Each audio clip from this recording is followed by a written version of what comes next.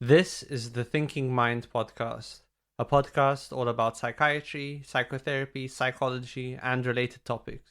Gestalt psychotherapy is an often under-discussed, yet widely practiced form of therapy that was developed in the 40s and 50s by a psychoanalyst, Fritz Perls, his wife, Laura Perls, and Paul Goodman.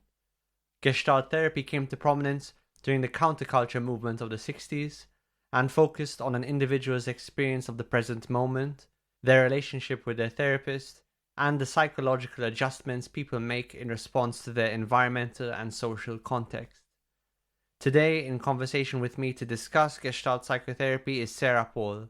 Sarah is a tutor of humanistic psychotherapy at the Metanoia Institute in London, a UKCP registered Gestalt psychotherapist, and a certified couples counsellor. She has been working with people therapeutically for more than 15 years, and aside from her psychotherapy experience, she also has a background in working with individuals with severe mental health difficulties, homelessness, and substance misuse problems.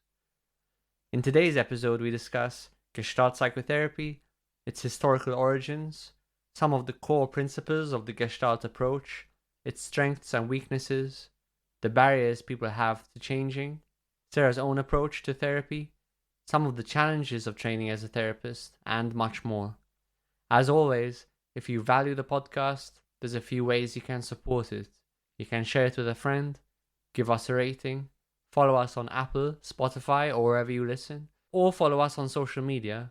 If you want to support us further, you can also check out the Buy Me a Coffee link in the description. Thanks for listening, and now here's today's conversation with Sarah Paul.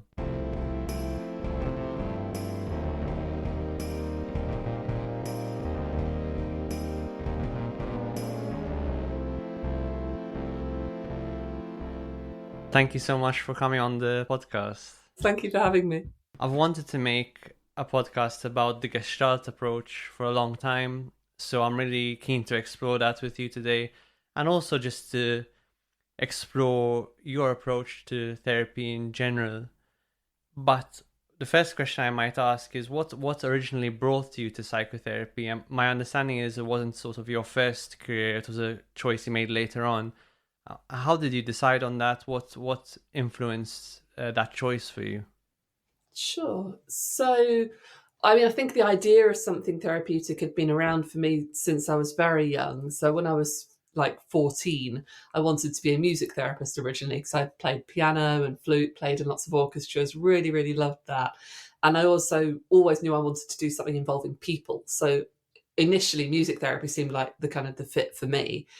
So I went off to university to study music, and whilst I was there were a sequence of very difficult incidents in my own life. My dad died very suddenly in a plane crash in my first year. My mum moved to the States to remarry a year later, and as a result of those sort of sequence of events, I went into therapy myself in my third year with a Gestalt therapist that my cousin, who's also a Gestalt therapist, passed me on to, which I think was the first time I'd really found therapy useful. I'd had a few little bits of therapy and counselling whilst I was at secondary school for one reason or another, but hadn't ever found it that helpful. But this particular period of therapy I found really, really useful in terms of the particular kind of more relational approach I suppose she took with me. And I think at the same sort of time, so I then sort of left university having had that experience, went off to sort of gather some other work experience, I suppose, worked in homelessness and mental health and dual diagnosis, mental health and substance misuse for quite a long time. And the more I thought about it, the more I thought I wanted more tools than just music that I could use to work with people. I think music is a wonderful tool for helping people for whom speech is not a natural way of coming at difficulties. But the thing that particularly took me to Gestalt was the fact that I could use music as well as other creative ways of helping to find what somebody needed, helping to meet somebody. So Gestalt and psychotherapy just seemed to me at that time to be like a broader approach, something that I could do that would encapsulate music rather than kind of just being that one narrow way of doing things, I suppose. So that's kind of the broad picture, I suppose, of how I got there. You mentioned the relational approach helped you, and for those that don't know, not every psychotherapeutic approach involves a relational approach. Like cognitive behavior therapy typically wouldn't involve a relational approach. What does it mean to adopt a relational approach in therapy? Oh, that's a big question. I suppose I can tell you what it means to me. What it means to me is that the relationship between the client and the therapist is a fundamental aspect of the healing that would take place. So it would be using my understanding of how my client relates to me or how I relate to my therapist as a way of illuminating how things might be going on in that person's world in general. So I might be able to get a better idea of why this person keeps running into the sorts of difficulties that they do. But I think from a client's perspective, if I stay with what we were speaking about just now, for me, it just felt like it just felt much easier to talk to somebody about things that were really painful and really difficult and really vulnerable if I really had the sense that somebody was really in the boat with me, feeling it and helping me see that they were feeling that so that I didn't feel so alone with it, I think. So I guess to me, that's kind of the nub of it, that sense of two humans on a feeling-based empathic journey together, trying to help each other through something, I suppose, at its base. That's interesting. So you mentioned two things there. The second thing you mentioned was really developing a therapeutic rapport, a feeling of collaboration, of emotional attunement that helps you feel understood, less isolated, and therefore you can confront your vulnerabilities, the really difficult material.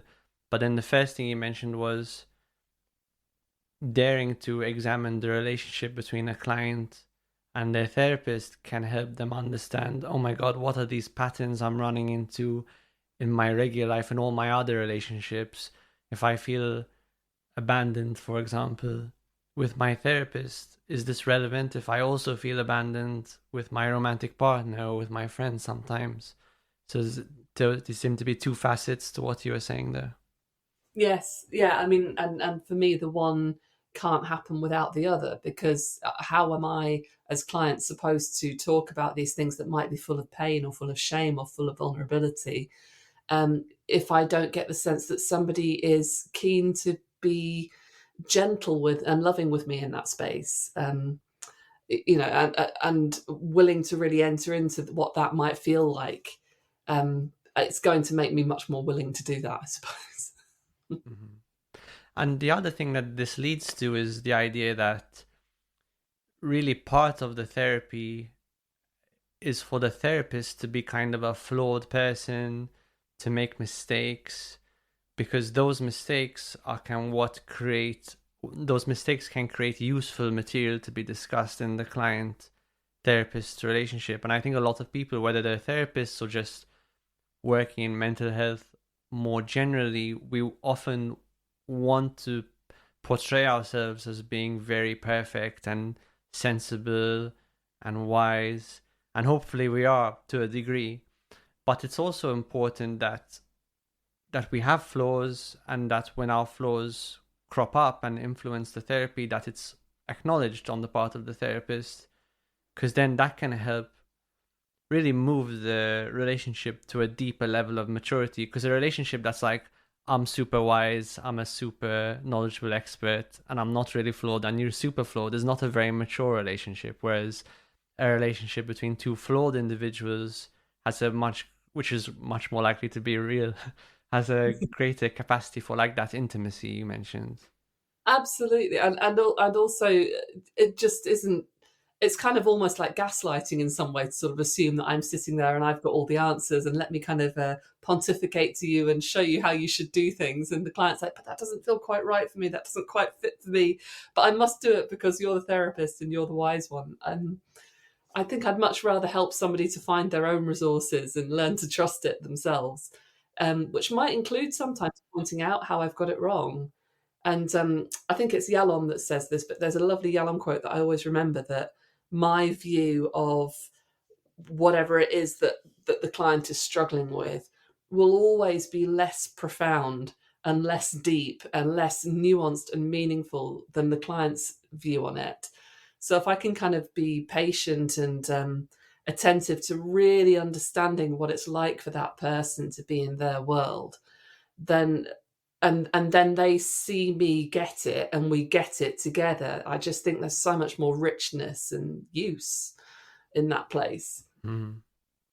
Yeah, people get a lot more insight out of insights that they generate themselves, whereas the often insights, I find insights that other people tell them can be correct, but they just don't land with the same degree of impact for whatever reason. Absolutely, yeah. Like it's not, even if it's just not in my own language, even if I haven't languaged it myself, then it'll make a bit less sense, or it won't kind of clunk in that way that things do when I suddenly get hold of what I'm doing. And I'm like, oh dear, okay, yeah, now I get it. Like there's something like you need to have the interoceptive experience of like, oh god, yeah, no, that's it, isn't it? Ah. Then I think even Perls says this. He says it's the difference between shining a flashlight on something to illuminate it and the internal combustion of a coal that glows from the inside because it just gets it. Like that's how he describes the difference between awareness. There's I see that and oh my gosh, I feel that, you know. So, going specifically more into the Gestalt approach, I think to people who haven't studied it, Gestalt is probably either very mysterious or maybe a little bit stereotyped. They might think of the empty chair technique and not a whole lot else. What do you think are the fundamentals of the Gestalt approach, and what distinguishes it from other forms of psychotherapy? Well, I mean, the thing that I think is most exciting about Gestalt is the real willingness and ability to lean into what's happening in the here and now as a way of understanding the whole picture, to have that real sort of immediacy of approach so that I would be paying just as much attention to what I'm feeling, thinking, and noticing in our dialogue right now as I am to what you're telling me about what happened back then. And I'm going to be using the one to illuminate the other so that really, in my view, kind of puts awareness on speed in a way. Because if we can not only think about what was happening, but what still is happening, and right here, right now, between the two of us, then we've got a chance of really making something quite live in a way that we can then really work with. So for me, that immediacy, that here and now approach is generally sets Gestaltists apart. As in, if you were to watch a set of different practitioners in a room, I would expect the Gestalt person to be working in that much more immediate way. I mean, there's sort of three pillars of Gestalt, if we think theoretically, we would say would be field theory, dialogue, and phenomenology. As in, like, these are the three things that we hold as key to sort of holding the approach together. So working in a phenomenological way, in an experience near way, so that we help somebody really to get the embodied feel of their experience of something, but also including that within a dialogic approach, by which I mean what Martin Buber called I thou. So who I am holding who you are and seeing you as a human being and all your depth and complexity as we work through this experience, and helping you feel me feel that. Just a few things to do at the same time. And field theory being the idea that everything is present all at the same time. It just depends on what's coming into figure. So, my past historical field, my current field, they're all present all at the same time. It just depends what is coming forward for my attention. So I would be encouraged to pay attention to that current figure whilst also holding the whole of the rest of somebody's life experience around the outside of it. So not just working in isolation with one issue, but holding it in context of the whole space.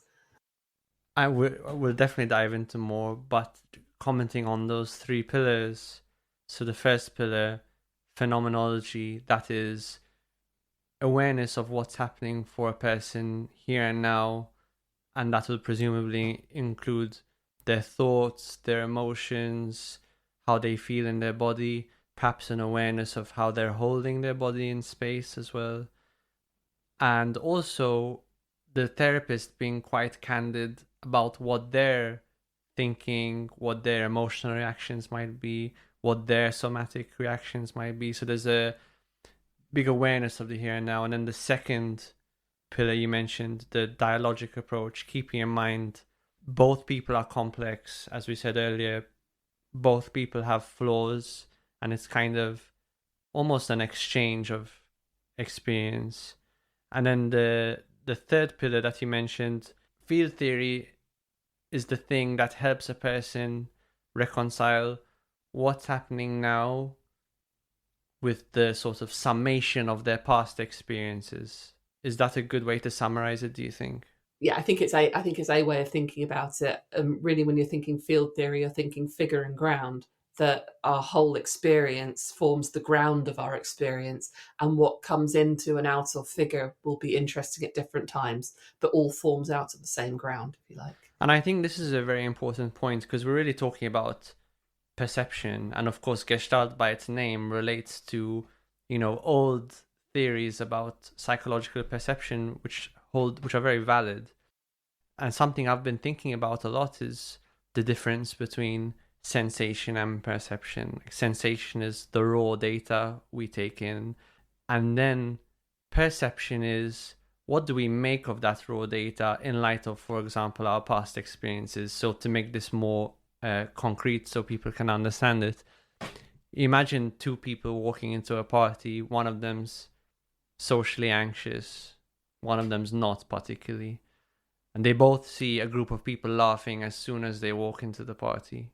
The group of people laughing is the data. There's a group of people laughing. That's kind of the raw facts of the situation. But the perception, because of their fields, and the field of the socially anxious person is one of, social interaction can be a bit dangerous and a bit threatening. The field means that what stands out to that the socially anxious person is maybe those people aren't just laughing, maybe they're laughing at me. And that's a perception rather than a sensation. So is that kind of how field theory can help us understand how we interact with our world? Yeah, absolutely. The what becomes figural to you is informed by your experiences to this point in your life. Absolutely. So somebody who never had to worry about whether or not somebody was laughing at them quite possibly just wouldn't have even noticed that, or would have just it would have been part of the background hum of people having a great time at a party. Of course, somebody who's been heavily bullied and used to feeling humiliated is likely to tune into that sound more sharply and more quickly and make different meaning of it based on their experiences to date. And obviously that can be really complex as well. So that doesn't have to include sort of really big T triggers, if you like, things like, bullying or big experiences that I could put my finger on and say, this happened to me and therefore I still worry about that. It can also be much more subtle things as well. It could be a difficulty in early attachment that means that you tend to find new environments more threatening than inviting. Perhaps an early experience of a caregiver who, for whatever reason, didn't particularly look up or even notice when you came in the room, is going to leave somebody with a different set of expectations as they walk into new spaces than somebody who was delighted in simply because they walked in the door and said, I am here. It's some of these things can be quite subtle, and also differences in temperament and differences in life experiences that just help to highlight what we do or don't make important. And that's one of the things therapy can get quite interested in, is how somebody comes to make the meaning that they do. How is it that the thing that this client first of all noticed is that I look a bit stern, for example, and whereas if I sit with thinking about that and I think, oh, do I feel stern? Perhaps I just feel tired and a bit thoughtful. But their reality is that I look stern, and it doesn't mean that their reality is wrong. It just means that that's their reality that I need to then get interested in. How did my face read as stern in this instance? What meaning did you make of that? How did that then change how you interacted with me? Exactly. So someone's face being stern would be the sensation, and then deciding as a result of that sternness, perhaps my therapist is upset with me, or my therapist doesn't like me, or whatever the narrative that spins out as a result of that, that's the perception, and then that can, if it's examined, that can help the client understand, oh, okay, this is my pattern because I had these experiences before.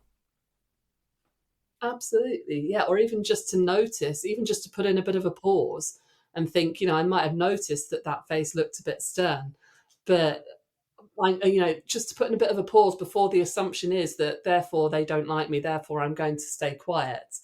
Because so far that's an assumption. It's not necessarily one that's being checked out. So even if we never understood where that assumption emerged from, even if the client can be encouraged to just put in a bit of a pause and think, well, hang on a minute, what are the other possibilities we've got going on here? I've just literally walked in the room. I don't think I've said anything yet that's going to have annoyed the person that much that their face looks really stern. So let's just keep on going here. Even that just can improve somebody's self-support a little bit to tolerate situations that previously they would have just withdrawn or shut down from. We've already talked a bit about some theory, and already the complexity of some of the ideas is the complexity of some of the ideas are starting to stand out. How do you manage it when you're sitting down, say you're sitting down for the first time with a new client? What's your approach? What are you thinking? Is there anything in your head? Do you have a clear head? How do you approach that kind of situation? For me, the first order of business, I suppose, is just to create a space in which somebody can settle into the space and start to talk about what brings them, because people usually come with some sort of idea about what's been causing them difficulty. So I try not to pre-configure it too much at all, really. That we might have had some contact by email or by phone or something, that I would have some sort of idea about what they were hoping for. But I would try generally to create a bit of a space in which somebody felt able to just start talking about what had been bringing them. And then as they're doing that, I'm attending on lots of different levels. So I'll be hearing the content, because that's going to be important for most people. They want to know that you've understood why they're coming and what they want. But I'm also going to be attending to things like how they're telling me. Are they discounting themselves? Are they dismissing themselves? Are they cutting themselves short? Or maybe they're being very good and telling me all of what they should be doing and what they think I think they should be doing. They're doing the work for me. Then I start noticing sort of patterns and nuances in the way that they're communicating with me that might give me some early idea of what's going on for somebody. So, perhaps they're coming because they're feeling very dissatisfied at work. They are capable of much more, but they never seem to be the one who gets the promotion. And what I start to notice in the session is how much the client is talking and talking and talking and talking and doing the work for me, telling me, well, it's because of this and it's because of that happened, and therefore I have to do this. And I'm sitting there thinking, gosh, you're working so hard over there on your own. I guess it's quite easy to just leave you to get on with it. And now I'm starting to get a picture of how this client might get missed in the world. So then I suppose I might start building on those ideas to think about how I could offer something useful to the client. So I might even just offer something as simple as, maybe we could pause and see how you're feeling as you're starting to tell me about this. If nothing else, just to put a bit of a pause in the flow so that the client can start to actually track their emotions as they speak and remember that I'm in the room with them and therefore there to help. I'm not necessarily going to dive in straight away with my diagnosis of the situation, because I don't think that's going to be particularly helpful. But just to help somebody to start to slow down and notice their emotional experience as well as their content, so that we can start to knit the two together. Does that make some sense? Yes, and obviously all of this involves some degree of change in the way that you choose to interpret events, once you start to get the awareness. And then, do you think changing how a person acts in the world in between therapy sessions is quite important? Or do you find that doing the work in therapy is sufficient for most people? How do you think that works for your clients in general? Do you know what? I think I'm probably a bit unusual for a gestaltist on this one, because I think that's heavily client-led. I have some clients for whom they will just really lean heavily into the therapy, and the working through that we do in the sessions kind of makes the change on its own. and they'll come to a session one day and say, do you know what, I went to do that thing where I just get on with it at work, and I suddenly thought, why am I doing this? Maybe so and so could do it today, and they'll have noticed a shift that's happened as a result of the work that we've done. And for some clients, that's enough, and that feels satisfying. But there are other clients where the work doesn't integrate itself quite so naturally. And there's a frustration build up of like, how can I start putting these things into place in my life? And then I think there is a function of some sort of homework, if you like.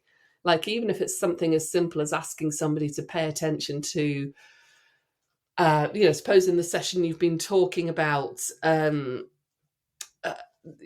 drinking too much, for example, and what that might be avoiding, what drinking too much might be avoiding. You might set somebody something really simple, like, maybe during this week when you notice that you want to have a drink, just put in a 5-minute pause and get your phone out and make a note of what you are noticing, what feelings you might be having that you maybe wouldn't listen to if you went straight away to get that drink. And then we can talk about it, we can bring it back together. And for some clients, that gives them a link between sessions so they don't lose touch with the therapy or lose touch with the inner journey that they're on. And I think that's quite variable from client to client. Some really like it. Some are doing the work quite naturally already. Yeah. And is this what you would call in Gestalt an experiment? Or would an experiment more be something you do in the session itself? Absolutely, yeah. And experiments are one of the most wonderful things about Gestalt, I think, because I remember my first year reading this little quote that said, in Gestalt, you can do whatever you like, as long as it's ethical and aimed at raising awareness. And I really liked that quote because it sort of gives permission for a bit of craziness from time to time, just to actively try something out, like instead of just talking about it. Perls used to call that aboutism. And he had lots of rude ways of talking about it. But one of the ways that we can work is just to actually try something out in the space. So, yeah, it could be something that you could do in the therapy room itself. A lot of people have heard of empty chair or 2-chair experiments, where you take a dilemma and you put one half of the dilemma on one chair and one half of the dilemma on another chair, and they have a conversation with each other. That's a really great experiment. It helps the therapist to notice the differences between each part of the dilemma that the client maybe isn't naturally noticing, and bring forward the feelings attached to both halves of a dilemma that somebody might be trying to squash rather than pay attention to. So you can do all of these experiments in the therapy room itself. Or, yes, like you were just saying, you can ask somebody to try something out at home and get the experimental attitude. And that technique also with dilemmas helps people to understand that dilemmas are often reflective of inner conflict. So the reason why people get into dilemmas, why they find certain choices hard to make, is because each choice is reflective of a different part of themselves. For example, if someone has a dilemma about starting a PhD because they would prefer to start a family, starting the PhD might reflect the part of themselves that's academic, that wants to perform, perhaps that wants to please their parents. And the other side of the dilemma might reflect the part of themselves that wants relationship, that wants connection, that wants to nurture people. And people don't generally think of dilemmas in those terms. We don't tend to think of ourselves as composed of lots of different parts of ourselves. And I guess it was the psychoanalysts that first woke us up to this idea that we're not kind of one unit, but we have all these little conflicts within us. And a lot of the work in psychotherapy, I think, kind of regardless of the approaches, how can we get some degree of reconciliation between all these different parts of ourselves, get things kind of rowing in the same direction, if you like. Absolutely. And perhaps there's a way that they can be more integrated so that you can feel connected and in relationship with others whilst pursuing your academic dreams. Maybe they can happen at the same time. Or maybe even if they can't, we can get some more clarity on what it is that really, really matters here, so that a difficult choice afford to be made because the best choice out of a difficult set of choices was clear. For people who don't know, how did Gestalt start? What was its origins? Gestalt originally was kind of Fritz Perls's baby, I suppose. So Fritz Perls was an analyst originally. And I do think you can see that in his work later on. His psychoanalytic beginnings find their way through the approach. But what I think Fritz Perls fell out with in terms of the psychoanalytic school was the idea of so much kind of long talking about and the therapist being a heavily kind of blank screen, that it took a very long time, and the client quite often didn't come out of it with a sense of personal responsibility or personal agency or personal efficacy. They would just spend a long time in the presence of a blank screen, talking over the same things and nothing really kind of moving. So I think he took issue with that, and he said, well, why can't we make things more potent, more present, more immediate, more now? And of course, what he was building on was, excuse me, was the zeitgeist of the 60s, the 50s and the 60s. We'd just come out of two awful world wars. We'd just come through the Holocaust. Fritz Perls, of course, was Jewish himself. So we'd seen some real horrors. And I think there was an element of that kind of energy to make change happen that really inspired him to kind of create this approach. Now, obviously, he didn't do it on his own. He worked with Rafe Hefferlein and Paul Goodman, and actually his wife, Laura Perls, had a lot to do with the original development of Gestalt theory, where he used this kind of psychoanalytic idea that talking is what works, but then really built in the Gestalt psychology idea of like, well, let's consider the fact that people are created within contexts and we can't ignore context. And let's build in the ideas from like Reichian body armor that embodied experience matters as well. And further build in some psychodrama and say, well, let's actually bring this to the here and now, to the experiential here and now, so that we can actually kind of work something through in the experimental moment. So this was kind of all the, and existentialism and Zen Buddhism. There's all these different routes that take place that hold the approach together. And in some ways, I think you still see that now, these varying different approaches that formed a kind of, sort of were collected together and called Gestalt. But there are still so many different practitioners with so many different views on what Gestalt looks like and should be and is and isn't, probably informed by the fact that the early collection of ideas was, I don't say loose because that's the wrong word, but were brought together from so many different places, perhaps. Yeah. One of the things I like the most about Gestalt is the emphasis on the importance of spontaneity in how a person lives their life, and that it's so important that a person has access to spontaneity. And often when we talk about spontaneity, we kind of talk about it in a frivolous way. Like, oh, be a bit more spontaneous, should be a bit more fun, make a plan spontaneously. But I think the importance of spontaneity is much deeper than that. And I see people having quite deep psychological problems. And one of those problems is a lack of access and a lack of ability to rely on spontaneity. Can you comment on the importance of spontaneity for us psychologically and how psychotherapy can help us get that back? Absolutely. I think for me, one of the main difficulties people can get into is simply overthinking, spending too much time trying to weigh the pros, the cons, the do I do this, the do I do that, what if I do this, what if I do that. And none of it, all of that keeps us really firmly in one plane. It keeps us in a really heavily cognitive plane in which we're trying to weigh complex equations on our own in isolation in a very thought-based way. And I just think that's quite limiting in terms of how am I supposed to really think through something that is a real visceral, gut-based experience that also involves other people. I can't work it all out quietly on my own in my head and come to the absolute right conclusion, because it's either going to be deadened because I've made the right choice and it feels awful, or it's something that I've done out of relationship with other people. I've forgotten that there are other people involved in this situation. Whereas, if I can actually try on some different ways of doing things, well, I'm going to get much more immediate feedback. If I can try on something, I don't know, suppose I want to take a risk about being bolder in my interactions with people.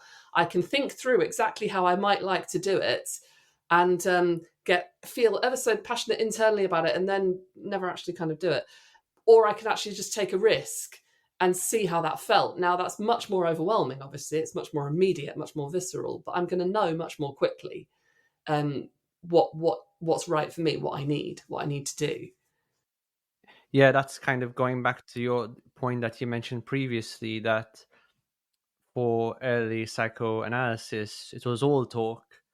Whereas with Gestalt, what we're saying is, yes, let's talk about it. Let's gain some awareness through different means. Having got some awareness, let's try something out in the real world. You learn a lot more than just by like sitting at home and thinking about it. You get real feedback from the world. But also, I think going even deeper with this, a person's value system isn't just in their thoughts. It's not just what they think is important to them or important in general. uh, Again, I'll give a concrete example. If you want to find a job that you really like, you're not going to do it by thinking. You're going to find a job you really like by trying out different forms of work, and then eventually you'll find a form of work where kind of in your gut it feels like the thing you ought to be doing. So there's a felt sense of meaning, a felt sense of fascination, which obviously can be accompanied by thoughts and emotions, but it's not just thoughts and emotions. We kind of feel it in our bodies a large part of the time, but if we're all in our thoughts, we just can remain very disconnected from our values, I think. Yeah, absolutely. I mean, for example, I think this is often why things like dating websites don't work, because if I think, for example, if I think through my friendship groups at the moment, there are very few friends where I would say the mutual connection was about enjoying the same things, enjoying doing the same things. But if I look at the connections that I have, that's much more about people that can talk in a way that I find appealing, that can hold a conversation at depth and at length and with passion. Those sorts of things are much more obviously for me much more important than the stuff I might do together. So whereas it's quite easy to stay quite surface and say, well, what sort of things do you enjoy doing? I enjoy long walks and evenings in the pub or something like that, but I'm not going to enjoy any of that unless I'm enjoying the particular way that somebody wants to converse with me, or unless I'm feeling inspired by the company or the contact. And that stuff is much more difficult to quantify. It's much more felt, isn't it? You've got to do it in relationship and you've got to know it. And it's not until you try these things out loud or actually feel them that you're actually going to know what it is that you need and what it is that you feel. It's like you need the experiential data to support your suspicion, if you like. Yeah, and a lot of what we're talking about is circling around the idea that everyone has a nature, and it's really helpful to get to know what your nature is. And psychotherapy is a powerful way of getting to know your nature. Do you feel in clients that you see that this kind of I see in the zeitgeist, one of the trends of our zeitgeist is a kind of sense that we should all be whoever we want, that in some ways we can invent our identity, invent our nature rather than discover it. Is that something that you see much in your clients' work, a kind of a desire to be anything except who we actually are and a resistance to discovering who we are? Is that something you see as well? I think a lot of the time people fundamentally get in their own way, either with feelings about how the world should be and isn't, or how they should be and aren't. A lot of avoidance of just coming to terms with the reality of who you are and the situation that you find yourself in. But in some ways, this is what makes Gestalt most exciting to me, is that it doesn't that who you are is absolutely available for fluidity. If I am sick and tired of things going a certain way for me, I have absolute agency. That's a little bit strong. Most of the time, I can make decisions to make that be different. I can allow myself to change. What I'm going to have to come across as I do that is all the reasons why I don't, all the things that I don't want to feel, all the grief that I don't want to feel, all of the anger or anxiety that I don't want to have to feel. But, on the other hand, the freedom that comes with that is immense. I don't have to remain in a box that I have designed or that somebody else has designed for me. I mean, I feel like I don't want to get too carried away and forget that systemic systems do exist that do keep people locked in place. And we still have some choice and freedom about what we do with that.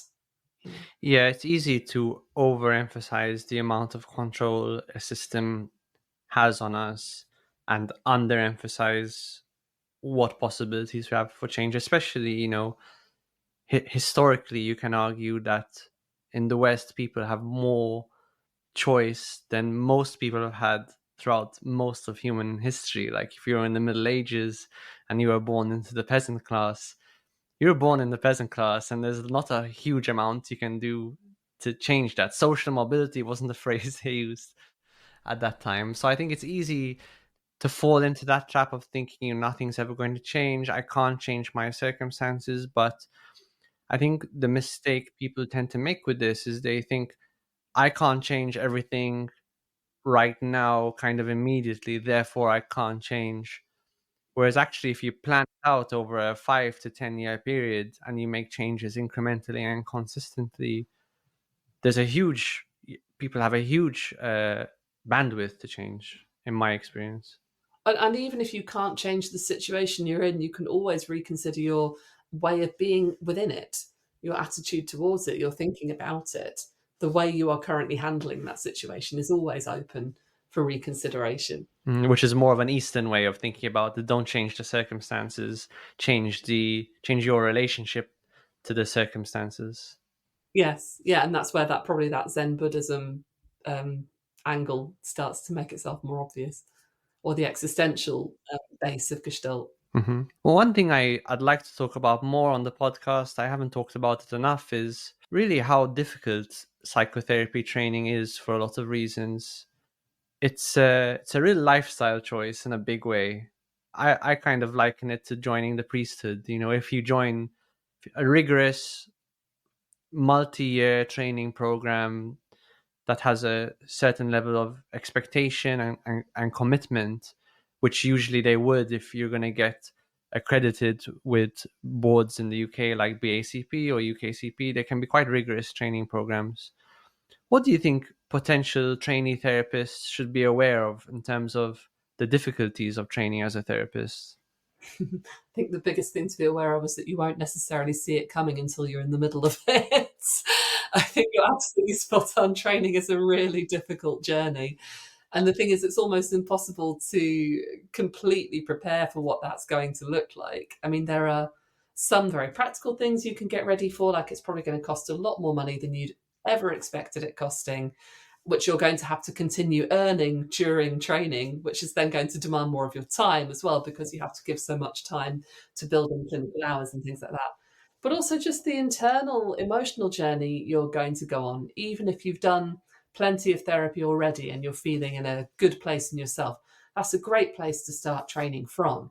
But it requires you to really go into much more depth than your personal therapy might. Your personal therapy might be about making yourself more comfortable in the world. But then training is going to ask you to put another layer on top of that but why is that how you have to be comfortable in the world? And what impact does that way of being comfortable in the world have for your clients who are going to come and see you?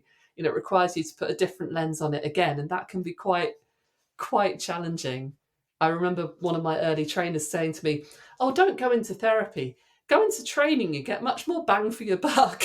Because I think that was exactly what she was talking about. You're going to see it on several, it's not just, you're not just holding what you need, but you're holding what you need and how you do things and what impact that then has for the people that then come to see you. It's not about becoming a different person. It's just about understanding the impact of the person that you are. Yeah, so you're learning more about yourself, but it's all now in training. It's been within the context of responsibility to other people, and the burden of making ethical decisions, which can be much more complicated than people anticipate. And I say that because a lot of people who go into studying therapy are the kind of people who really want to help. They're compassionate, they're agreeable, so they think unconsciously ethics is easy. I like to help people, helping people is good. What's the problem? But a lot of the ethical problems you run into with therapy is helping people too much, rescuing people. A common problem people might encounter training as a therapist is, without knowing it, sacrificing yourself for your client, sometimes in small, medium, or large ways. And having to learn to hold yourself back is a huge problem, I think, for a lot of training therapists, to let the client. It's hard for the client to take that responsibility if the attitude of the therapist isn't to stand back and let them take that responsibility for their issues. Absolutely. And also within that, to see what impact your excessive stepping in is having for that client. In some ways, that can be quite alarming when people first sort of see it, that although they had intended well and they meant well by overworking for this person, when you look at it through the light of how you are then disabling somebody who has never had anybody really champion their own ability to do what they need to do for themselves, it can be quite confronting, to realize that although you thought you were trying to be a nice person, actually in many ways all you've done is just repeat the thing that client knew their whole life long, and resulted in the client being incompetent rather than empowered. We've talked about some of the strengths of the Gestalt approach. It's concentrated in the here and now, maybe it can be a bit more immediate. It can allow people to experiment with their lives in a way that they can get real feedback from their therapist, but from the world, from interacting with people differently. What are some of the weaknesses of the Gestalt approach? And are there any other pieces of theory you pull from that really help sort of round out your practice? Yeah, of course. Well, I mean, so I think one of the potential difficulties of Gestalt, if you're applying it puristically is not a word. Puritanically. Puritanically, that's the word. Thank you. If you're applying it too puritanically, one of the issues is that Gestalt can be very potent, very to the point, but also forget the importance of, bizarrely forget the importance of context and the importance of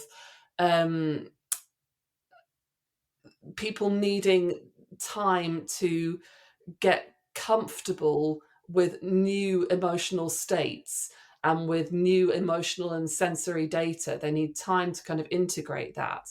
And if you're too sort of fast to help somebody to point out where somebody is tripping themselves up or creating patterns that they're doing over and over and over again, if you're too sharp and too potent and too quick, that can be quite overwhelming for a client, I think. Also, so now I see this more in training. People who are learning to adopt a phenomenological approach it can almost get a bit like the Spanish Inquisition after a while, where they're trying to help the client really drill down to an experience, but the client's just feeling a bit drilled into the wall. So for me, the part that Gestalt needs to be at its best is the sort of relational theory holding that comes underneath it. So things like, so I would always hold a developmental lens on it. I think about people like Daniel Stern and the importance of people's early developmental learning in the world. I think that can provide a real support for clients to face very difficult material if they've got a sense that you as therapists know how they need to be held. So as much as I'm thinking about what my client needs from me in the here and now, I'm also thinking about how they need me to hold them to face that. So if I have a client who had a heavily emotionally neglectful early experience, I'm going to put quite a lot of attention into making sure that they really know that I understood and heard what they're feeling, and that I'm going to be quite inclusive and quite careful so that they can really feel that I'm holding the importance of their experience before I try and then offer something more challenging, because I think it's going to shore up the ground for them to move from.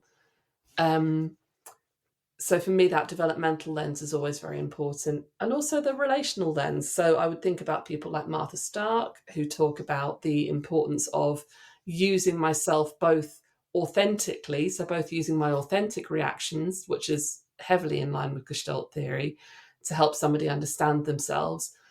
But also at times I'm going to use myself more as a reparative object, which is much more person-centered in style.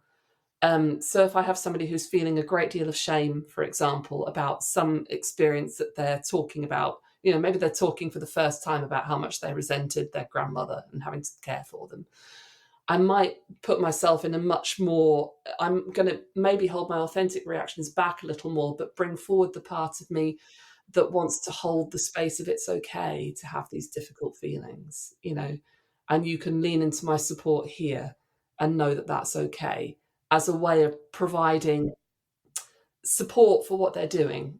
So this is my view of the weakness of Gestalt, is that it can be too sharp. So you're balancing out a lot of the quick, kind of brutal insight you can get with Gestalt, with an ear out and an eye out for, is this too much? Because ultimately, insights that are too challenging for a client in any given moment of time will not only be not helpful, but can actually be harmful. Like I think Carl Jung said, beware of the danger of unearned insight, something like that. Oh, yeah, that's such a great quote. Yeah, absolutely. Not only not helpful at best, but possibly harmful at worst. And I just think you have to be aware of what ground you're treading on. Yeah.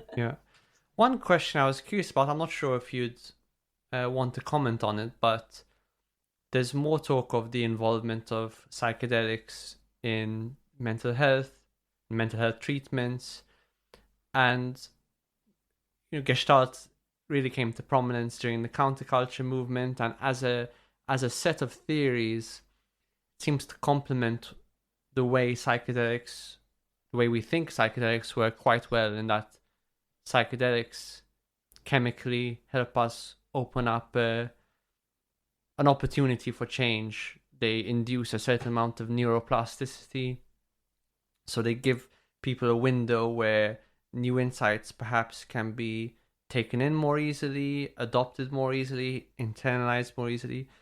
Do you think, in terms of having a therapy that would work alongside the psychedelics, do you think Gestalt and its theories could complement it well, and in the future, when these therapies are more available, they could work well together?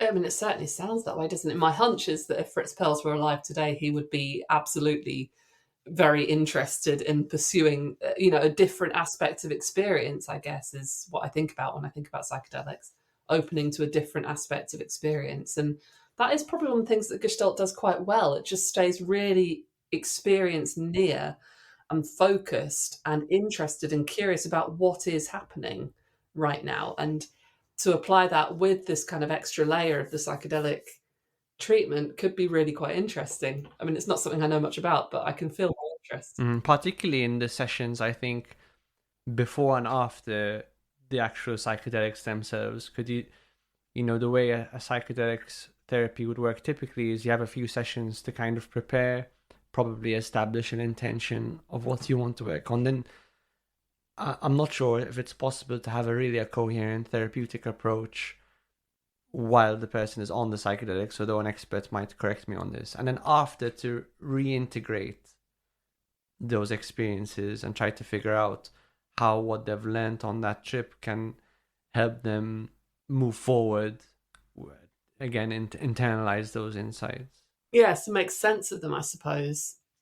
Like, yeah, I suppose it makes real sense. Like, because sometimes you have people that come to therapy because they've had some experience or another when drunk or something like that suddenly made them go, oh God, I really need to figure out what's going on with me here. Why is it that I can only do X, Y, or Z when I've had a drink? people are already in some ways kind of aware that if they get themselves into an altered state, other things become available. Yeah, it's amazing how just getting your brain to work at a different level of consciousness, even if it's just being drunk, can help us to gain some altitude on our situation and realize, okay, maybe there's some changes worth making here. If I could only, for example, socialize when I'm drunk and feel not anxious, then maybe what's wrong with me? Yeah, if I could mobilize that part of myself that's usually mobile, when I've had a couple of drinks, if I could do that without alcohol, I'd be unstoppable, that sort of thing. In all of your sort of client work, your own personal therapy, your experience training therapists, what do you think you've learned about human nature which has kind of surprised you the most? It's a big question.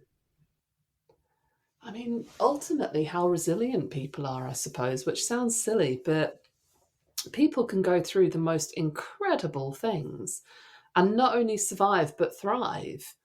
And also the variety within that always puzzles me as well.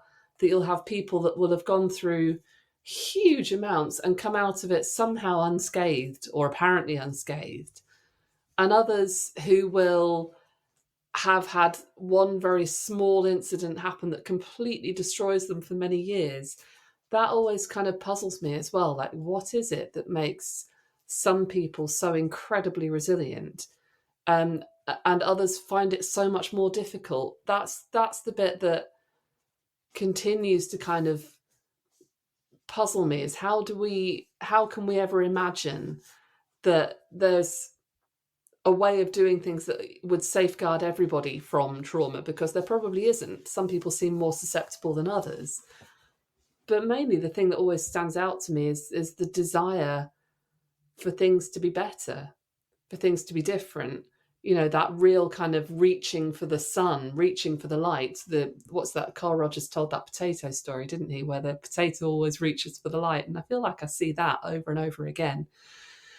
Even in the darkest spaces, the yearning is to find a way through, a way to be together, a way to connect, a way, and people are intensely resilient. We can all cope with a lot more than I think we can. Mm-hmm. Yeah, I think that's true. And I think not leaning on your resilience is a big reason why people retreat from life and end up engaging with life a lot less and ultimately having a less rich experience. But the other thing I was thinking about what you said was, there's people who are more resilient and more sensitive. And we kind of know this from personality studies, that emotional sensitivity is a trait, partly genetic, partly environmental. Do the resilient people also, on some level, if you're hyper resilient, do you also miss out on some of the rich experience of life because you lack a certain sensitivity? Because emotional sensitivity, although it has its drawbacks, it exists for a reason. It helps us maintain better relationships. We can pick things up in other people better, would probably make a better therapist if we're emotionally sensitive. So the other question, which I'm not expecting you necessarily to answer, is, does the resilience, naturally resilient people, do they miss out on some of the vibrancy of life as a result? Is there a trade-off there? I suppose you're right. I mean, what I was thinking as you were speaking was that this must all be, I mean, we're primates. This must all be about functioning in society on some level, that we need a combination of, I think I read something recently that, you might be able to correct me on this if I'm wrong, Alex, that there's some evidence that people who are diagnosed psychopaths contain this warrior gene.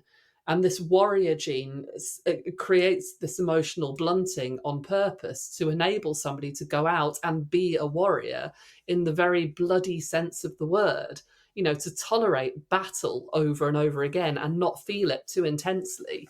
Whereas somebody who's much more emotionally sensitive just wouldn't cope.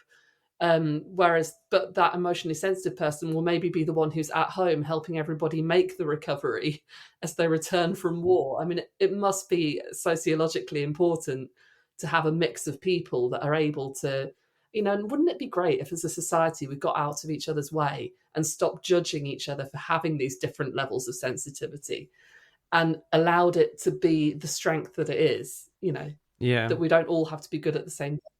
Yeah, no, absolutely. The last question I'll ask is, if if someone's thinking about training as a therapist, maybe they've just started out, what kind of advice do you have? People are often very nervous before their first client sessions and they don't know what to do, and how do I metabolize all the theory? How do I manage this all? How am I supposed to come off as this wise person if I haven't yet gone through the process? What advice would you give to someone in that situation?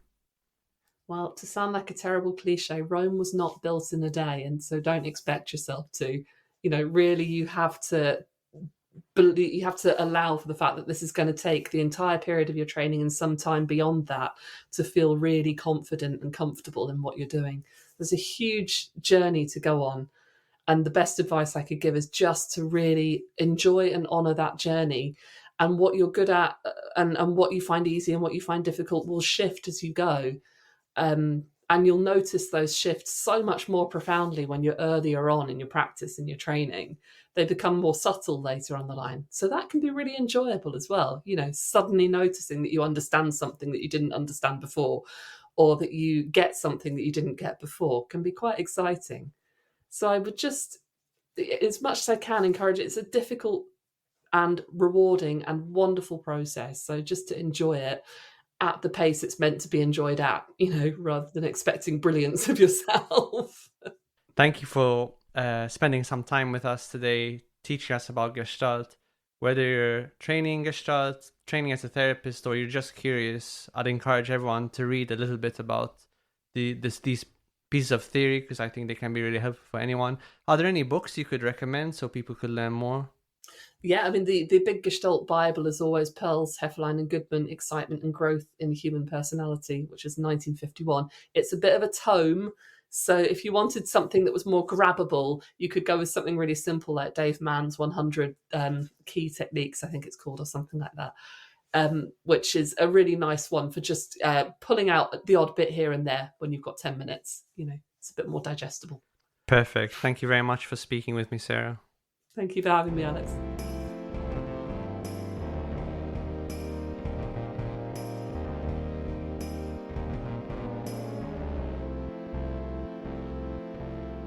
Thanks so much for listening this week. If you've got any feedback, as always, do get in touch. If you enjoyed the episode, why not give us a rating on Spotify or Apple Podcasts, because it really helps other people to find us. If you want to get in touch, you can find us on Instagram or Twitter, or you can drop us an email. And if you value the show more generally, why not buy us a coffee? Thanks so much.